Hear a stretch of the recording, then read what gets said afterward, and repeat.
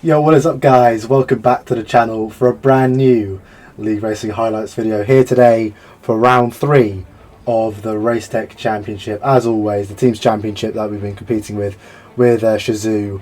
And as you can see on screen, Williams Sim Racing and RH Esports currently tied on points after the first couple of rounds. We are relegated down to 3rd after the Japanese Grand Prix. And we currently sit 3rd in the Drivers' Championship as well. Alvaro Carton currently leading the way after winning the first 2 opening rounds. So yeah, great job by him so far. But yeah, today we've got round 3 in Jeddah in Saudi Arabia. We're looking forward to this one. And yeah, it's a track I've been going a little bit better at in the last couple of games. Don't know why, I used to really not like it at all. But yeah, we'll take it. Hopefully we can make a step from where we've been in the first couple of rounds in P4 both times out. But yeah, this is my only recording from Q1, guys. Apologies for that. As you can see, we went through on our first round in P4, so no issues there. Yeah, a bit of a trend in this championship, having a little bit of difficulty with the recordings. I was having some PUC issues. But yeah, skipping into Q2 now for our first run on the new tyres. We have the Delta from the old tyres. But yeah, this is the one that counts now. Flicking into turn 4. Such a scary corner, one of the scariest corners on the F1 game, along with the castle section in Baku. Yeah, you need to really send it in there to maximise the corner, but one wrong move, a millimetre too far to the left, and your session is over, and you're out of qualifying. So yeah, you have to take it with a little bit of caution, but yeah, try and balance it out as well. But yeah, getting on with the lap now into sector 2. As you can see, we're doing a pretty safe, solid lap so far. Not pushing too much just yet. You want to kind of build up to it in a track like Jeddah where the walls are so close. But yeah, we're currently a second up on our Delta, and as we cross the Delta split, we're a second up on P10 at the moment. I assume that's on a old set of tyres from Ryan Modler. Now Gavashontos goes to P10 with a 26.2. But yeah, heading to the last corner now. We're going to flick the car in. Hit a late apex, a little bit wider the apex, but not too bad. Carried a decent amount of speed, and now burning the rest of the battery up to the line here. We're going to do the 25.5 to go P2, nice. just behind our former nice. teammate Tamas Gal, and Gavashontos puts in a nice lap as well to put himself provisional P wide in Q2. But yeah, this is the moment, guys. Q3, final run of Q3. Our first run was a very high 4, I think like a 4.9. So yeah, plenty of performance left in the tank for us here, and we're looking forward to send it now for our last run. So flicking the car in aggressively into turn 1. We've got a little bit of over rotation through into turn 2. And as you can see there, we lost our force feedback. We kind of trying to shake our wheel to get it back, and in that moment there, we have lost the best part of a 1/10.5 through the first part of sector 1 there, and yeah, I just had no force feedback going through that terrifying corner at turn 4. So yeah, absolutely gutted to just lose all that time for no good reason, no fault of my own, just the force feedback cutting out.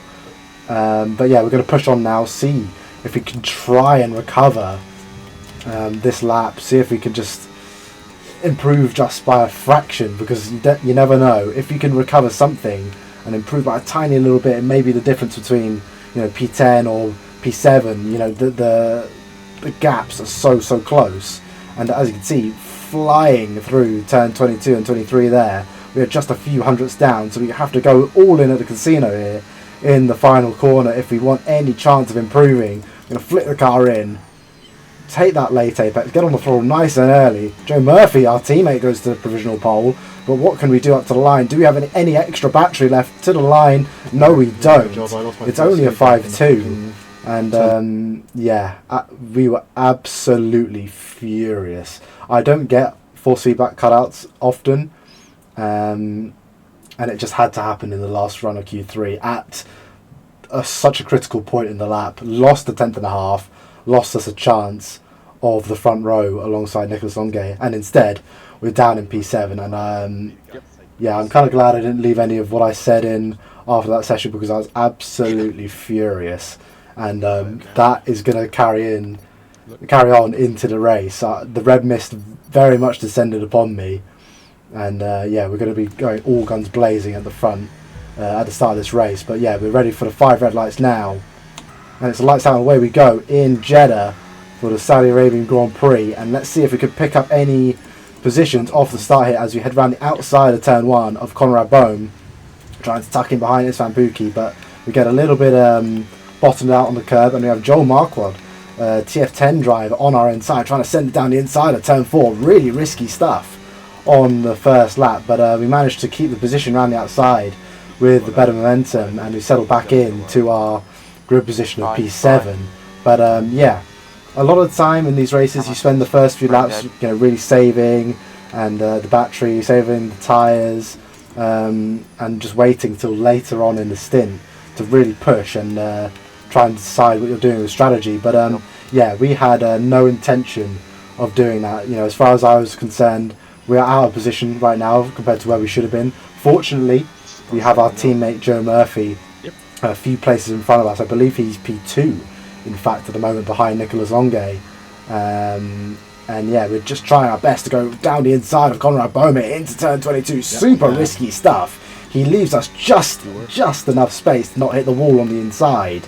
And we have Joel Marquardt spamming the battery now, trying to get past us. We're trying to save the battery, not to overburn here, or we're going to be very, very vulnerable into the first corner. So we basically boxed him in there with Conrad Bohm, very tactically there.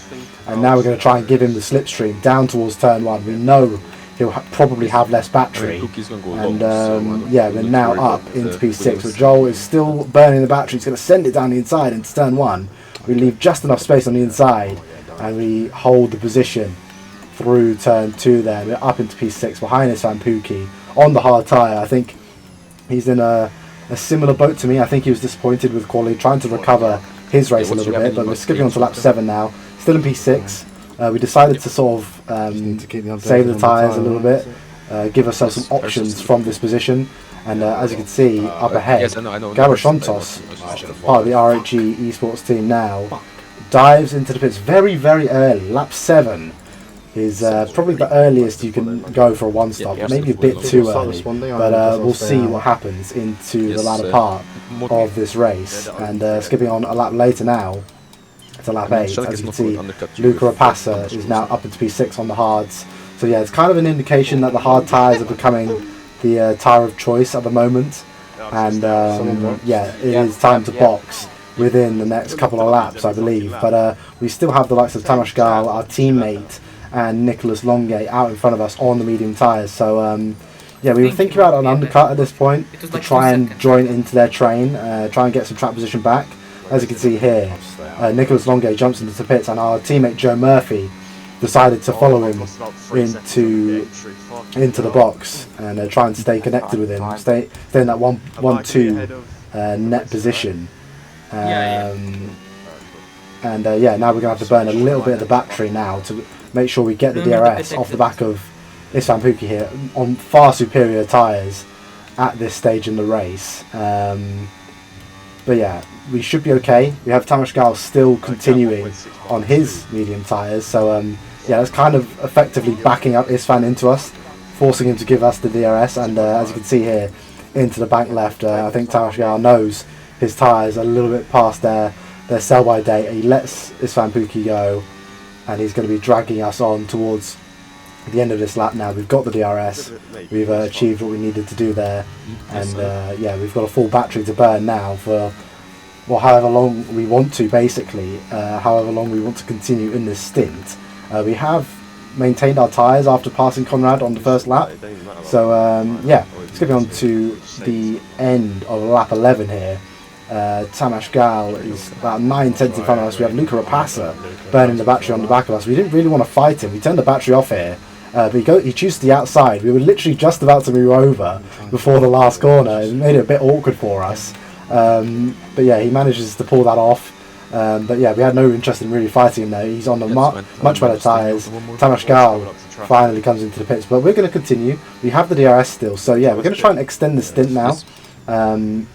We decided not to go for the undercut in the end, so now it's about creating that offset in tyres so we can come back through the field against those guys who've pitted as early as lap 7 in Gabor's case, and as you can see, skipping on later into that lap. We did lose the DRS, but we burned the battery down towards the end of the lap, turn 22 here, as Luca goes a little bit wide through there. But we get the DRS back to pull us along these last couple of straights, and we are going to box at the end of this lap. So yeah, we've been utilising these hard runners very well to kind of pull us along here in these last 2 or 3 laps of the stint. And let's see where we come out now when we emerge from the box. But make sure not to speed. There's a bit of an awkward pit lane here, a little bit of a chicane on the way in. You are allowed to cut the lines on the entry and the exit, so no dramas there in that sense. But yeah, it looks like we're going to be emerging pretty much at the back of this train now. Obviously we were last to box on the medium, so no huge surprise there, and we're going to come out behind Ryan Modeler, the VNT car. But as I mentioned, you aren't allowed to cut the pit lane in this league, so we get a brilliant run out of the pit lane there, and we are straight past the VNT driver. And yeah, it felt a little bit cheeky, but it's completely allowed as long as you're not rejoining into people. And yeah, skipping on halfway into that lap, and we've got the DRS off the back of Joel Marquardt there. And yeah, looking good in terms of being able to connect to this train, save the battery back up, and now go on the attack at the you know, some point in the middle to the end of the next lap once we've recharged our battery. And yeah, this is a great situation for us. We've got a big train in front of us, mainly of people who've pitted somewhere between lap 7 and lap 9. So yeah, we've got a 3 to 4 lap advantage on the cars in front. So yeah, in theory it should be hope, fingers crossed, easy pickings there. So yeah, just charging up the battery as we start lap 14. And yeah, through the first sector you often spend most of it in none anyway, so this is completely free saving. They're not going to pull away from us. There's a big train, so there's not really anywhere for them to sort of push into here with the battery. And as you can see, we're clawing our way onto the back of Joel here, and we're just biding our time now until there is basically an overtaking zone. Very few places apart from turn 1 in the first sector anyway to go for a move. But as you'll be able to see through the bank's left, you're going to see the effect of our fresher tyres here. We get much better traction than Joel here. Is he going to fight it into this right-left kind of S section? No, he doesn't. He backs out wisely, so appreciate that from him. And now we are going to be straight onto the back of Fabrizio Donoso. I think he pitted on lap 9, if I remember correctly, with his teammate on lap 8. I believe that's the order it was in. And yeah, just saving the battery there a little bit on that straight. Now we're going to burn the battery down, get ourselves within this sort of passing range, try and utilise our better tyres off the last corner with some better traction.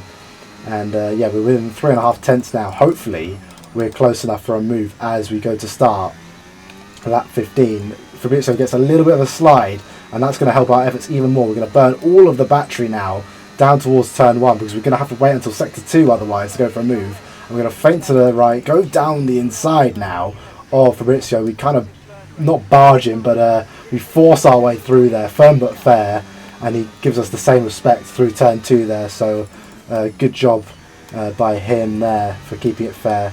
And now we're on the back of his TRT teammate Florian. I'm not going to even try and pronounce that second name. Apologies for that. But yeah, we're going to try and go for a repeat as we did on Joel. So yeah, getting nice and close, within a couple of tenths now off this back left hander. Let's see this traction now, burning the battery as soon as possible, and we are straight back past him. He doesn't have a choice but to let us go there. And now we're on the back of our teammate. Remember, he boxed on lap 9, but he's not going to fight us here. We're in a team's championship. We're going to work together on this one.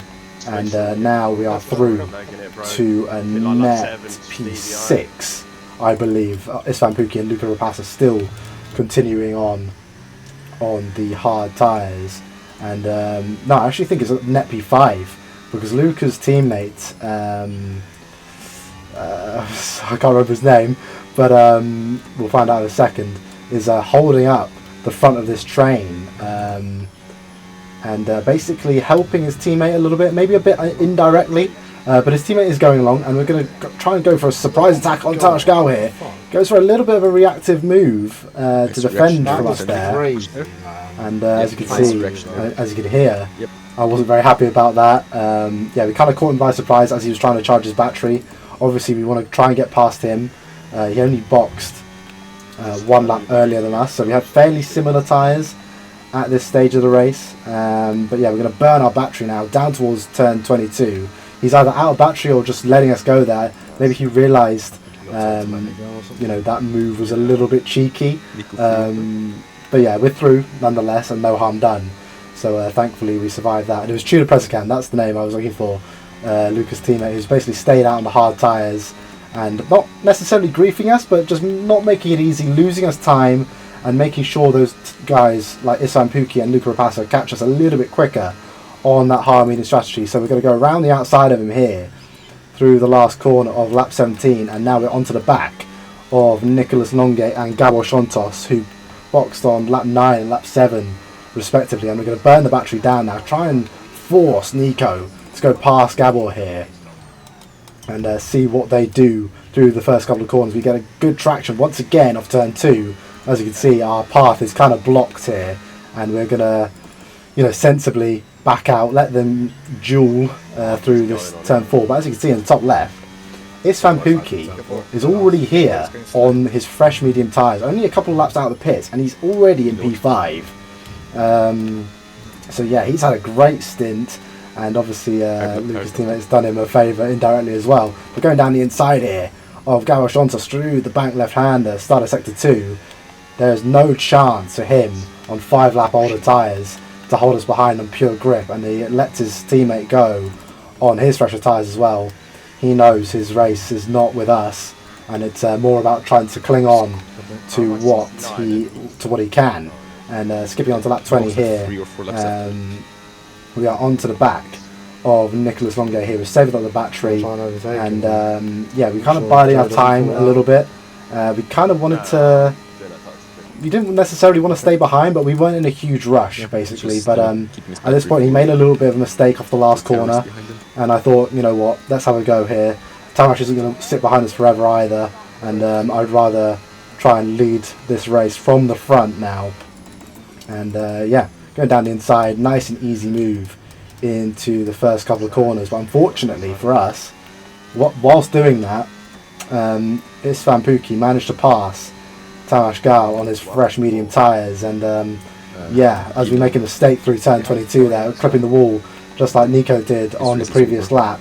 The 2 Williams cars are going to be right behind us here, and Nico's essentially going to burn his whole battery, put us under pressure, and then yeah, give Istvan a little bit of an easier time with us as well. But let's see how we can manage this. We're going to burn the battery down now towards turn 1, and yeah, Nico's going to have the DRS, he's going to have the slipstream, he's going to have the battery well and truly turned on, and he's going to dive down the inside here, put us under pressure through turn 1 and 2. We hold the position just about, but yeah, I think that was more of a tactical thing from those two there. Yeah, basically wear down my battery, wear down my tyres a little bit, and then you'll be able to see in a few corners time what happens. But yeah, this is part of teams championships, and obviously it would be nice if we had our teammate Joe Murphy a little bit closer to play these games as well.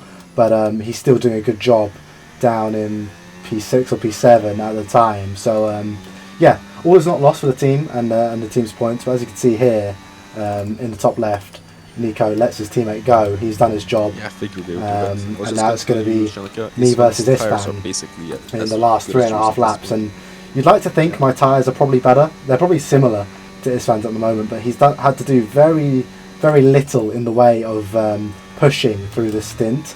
Obviously, he's had to overtake a few cars, as have we. But yeah, his tyres haven't had to be strained basically as much as I would have liked. And heading on to the end of lap 22 here, he's going to go for a bit of a half-hearted move. Wasn't really sure what he was doing. Maybe he was trying to compromise me. But yeah, heading on to lap 23 now, he's going to go for the move down the inside of the first corner. We're going to try and defend this as much as possible.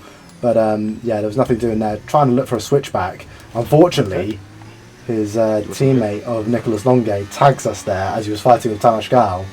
And kind of indirectly stopped us from going for the switchback. I probably wouldn't have pulled it off anyway, with similar grip in the two tyres between Istvan and myself. But that definitely stopped us from getting there. And as you can see, he dropped down a lot after that. He burned all of his battery trying to fight me and wear me down, and he's lost a bunch of positions because of it.